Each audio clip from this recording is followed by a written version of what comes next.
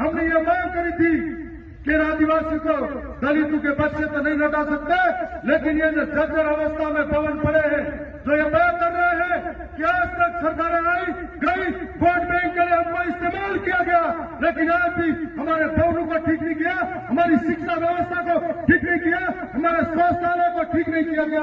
उसके अंदर आपकी भ्रष्टाचार की नींवों के नीचे हमारी जिंदगियां रोज सिसकियां ले रही है, जिसकी वजह से हमें उम्मीद थी और हमें न्याय मिलेगा। हमने कहा था जब पिछली बार न्याय रैली निकाली थी तब कहा था कि पीड़ित परिवारों को 1 करोड़ का मुआवजा दीजिए। हम लोगों ने कहा था कि 10-10 बीघा जमीन दीजिए। हमने कहा था कि विद्यालय को दया बनाया जाए, उसके सभी कक्षा का नाम उन पीड़ित परिवारों के नाम से होना चाहिए। हमने कहा था कि एक नौकरी दीजिए। हमने कोई अलग मांग नहीं करी थी, हमने वही मांग करी थी जो ऊंची जाति के लोगों से आप लोगों इंसाफ करते हो। क्या देश के अंदर दोस्त संविधान बना रखे हैं जहां एक ऊंची जाति के लोगों के साथ में न्याय होता है और हमारे आदिवासी दलितों के साथ में अन्याय होता है? आज हमको बर्दाश्त नहीं होता है। और दूसरी ओर विपक्ष का काम था कि मजबूती के साथ में खड़ा रहने का, लेकिन देखो आज मुंबई के अंदर एक्टर देखते हैं, वो विधानसभा के अंदर विपक्ष कितनी एक्टिंग करता नजर आ रहा है। हमें लगा कि न्याय होगा और पहले दिन विधानसभा का सत्र चला था, पूरे देश के अंदर कई अप्राकृतिक घटनाएं हुई थी।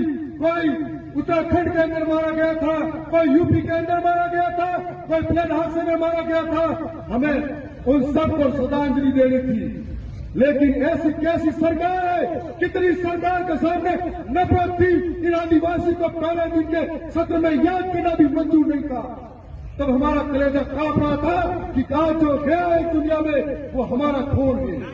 और ऐसी मानसिकता वाली सरकार के सामने हम भीड़ रहे हैं, लड़ रहे हैं। हमारी लड़ाई सड़क से लेकर सदन तक लड़ेंगे, आखिरी खतरा हमारे अंदर रक्त का रहेगा तब तक लड़ेंगे।